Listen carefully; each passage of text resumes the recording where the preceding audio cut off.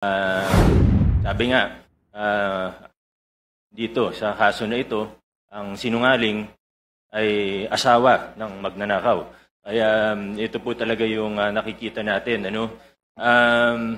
Isang very glaring na kasinungalingan ay yung kahapon po sa statement, sa sworn statement po nila, ay na 2 to 3% lang daw ang kinikita nila sa bawat kontrata.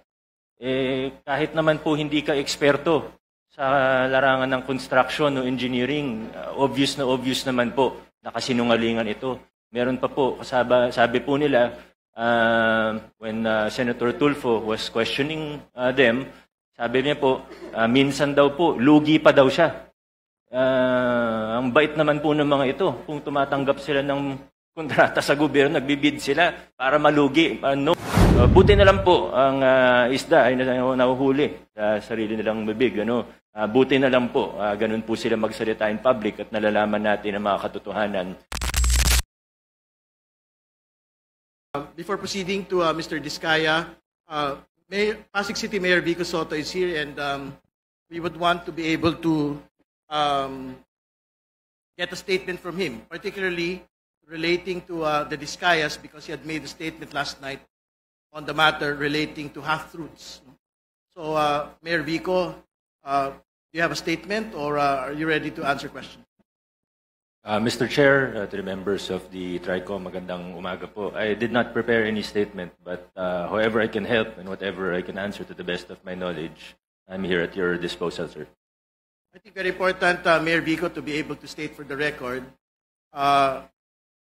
Of course, the Diskayas have been operating in Pasig City for the longest time. Do you have information as to how they had operated in the city as city contractors? And second, whether you had been able to monitor their rise as top contractors as far back as the Aquino administration to date?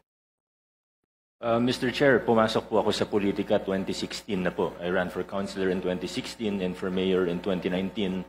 Pagpasok ko sa politika, medyo kilala na po sila, mga Diskaya, lalo na yung construction firm nila na St. Gerard Construction. Na ito na nga po yung ginamit rin nila na para bang political party na rin, lalo na noong 2025 na halalan, itong nakaraang halalan. Marami pong kwento, hindi ko po alam kung ako po yung nararapat na magkwento po rito sa TRICOM, sapagkat yung iba, wala naman po akong personal knowledge. So I would like to, with respect to the committees, I would refrain from saying anything beyond my direct and personal knowledge. What I can say is that they have 9 construction firms that we have seen now in the news, the 9 calling card companies of the spouses Diskaya, where they have used dummies, where they have become huge contractors, and all of these 9 companies are based in Pasig. Practically all of these companies have tax deficiencies, probably with the BIR as well, but definitely with the LGU. Marami po silang violations. Recently, they have been, Mr. Diskaya has been recently convicted of 2 counts of building code violations. So medyo notorious po ito. Nagsimula sila sa LGU. And again, with regard to the question of the chair, kahit nung mayor na ako, naungontrata pa rin sila sa LGU. Kasi pinapatupad po namin sa Pasig ay strict adherence to the law, which is open and public bidding. So pag nagko-qualify po sila mula 2019, hindi po namin hinaharangan, may mga project po sila sa city government of Pasig.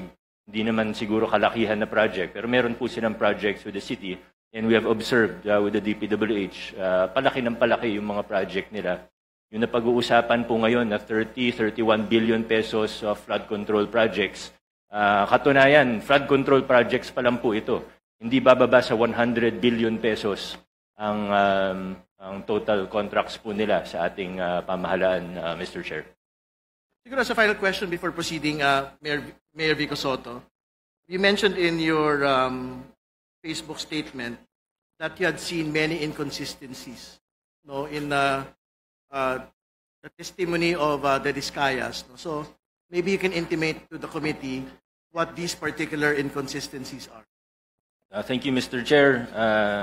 Marami nga po tayo na obserbahan na you use the term inconsistencies, but I would like to be more direct. Kasinungalingan po talaga. At lantarang kasinungalingan naman po yung mga sinasabi nito. Hindi naman po bago sa kanila ang pagsisinungaling. Naobserbahan na po natin ito on the record and in public very many times. Sabi nga, dito sa kaso na ito, ang sinungaling ay asawa ng magnanakaw. Kaya ito po talaga yung nakikita natin. Isang very glaring na kasinungalingan ay yung kahapon po sa statement, sa sworn statement po nila, ay na 2 to 3% lang daw ang kinikita nila sa bawat kontrata. Kahit naman po hindi ka eksperto sa larangan ng construction o engineering, obvious naman po na kasinungalingan ito. Meron pa po, sabi po nila, when Senator Tulfo was questioning them, sabi niya po, minsan daw po, lugi pa daw siya. Ang bait naman po ng mga ito, kung tumatanggap sila ng kontrata sa gobyerno, nagbibid sila para malugi. No sane business person would do that. Of course, I think everyone in this room would agree. Sinasabi nila 2 to 3% yung normal, 5% daw pag sinuwerte. Pag kinumpute po natin, alam ko medyo, Mr. Chair, with all due respect, if we just apply simple logic, it is already clear that they are lying. Although alam ko medyo iba kasi yung logic na ginagamit nila sa universe po nila. Pero pag tiningnan po natin logically, 2 to 3% of even 100 billion, 2 to 3 billion pesos lang po ito. Sila naman po yung nagmalaki at nag-flaunt. Pinagyabang po nila yung lifestyle nila. Na sobrang sabi nga po nila sa isang interview, 11 digits. Sabi po nila, pinagyayabang nila, 11 digits. Sabi ni Ma'am Cesara, 11 digits ang assets nila.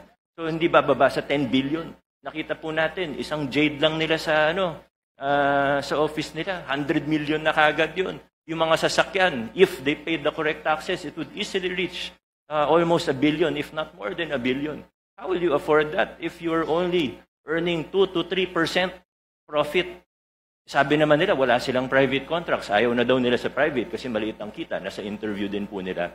So, buti na lang po ang isda ay nahuhuli sa sarili nilang bibig.